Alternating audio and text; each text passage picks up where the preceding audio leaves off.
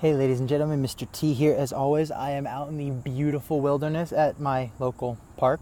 So I don't really think that counts as wilderness. There's some trees here, see? So close enough.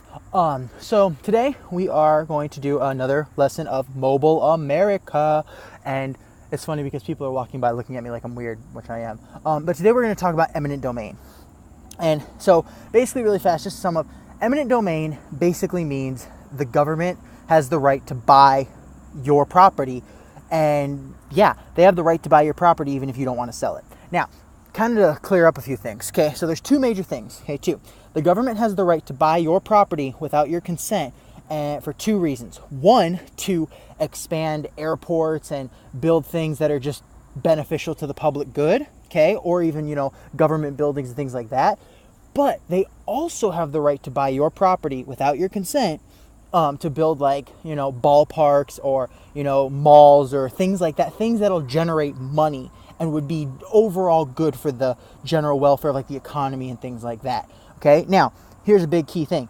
The government can't just take it from you. They can't just take your property, okay? They have to compensate you for it. Now, there's a lot of, not a lot, but there have been a couple Supreme Court cases dealing with this.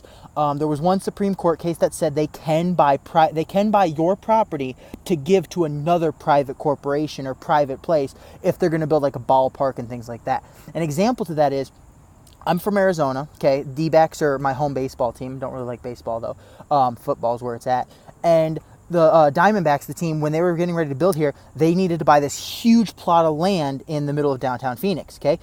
One little old lady, and she really was old. She was 80 or 90 something. She wouldn't give it up. She would not sell her property, period. She said no. They owned every other square inch of property around except hers. So the government came in under eminent domain. They gave her the money, or the people who were going to build the baseball field, they gave her the money. They moved her to a new apartment, which they paid for. They gave her money for her house, and they compensated her. Okay, she ended up dying a week later, but they got the property without her consent and ended up building the baseball park, and the baseball park has generated a lot of money for the city and even the state. So that's one example that could be done.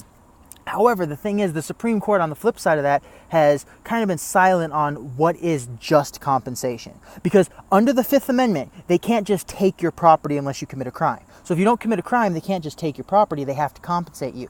But the compensation has to be just. So that doesn't mean they can pay you pennies on the dollar, but that also means they don't have to pay any ridiculous price you're asking for. Okay, so if you're asking for $1 million on a house that's only worth $250,000, they're not going to pay you that. So I'm out of time, ladies and gentlemen. If you want to see more of eminent domain and hear more of it, just leave a link or leave a comment to the section down below. And as always, stay beautiful, Americans.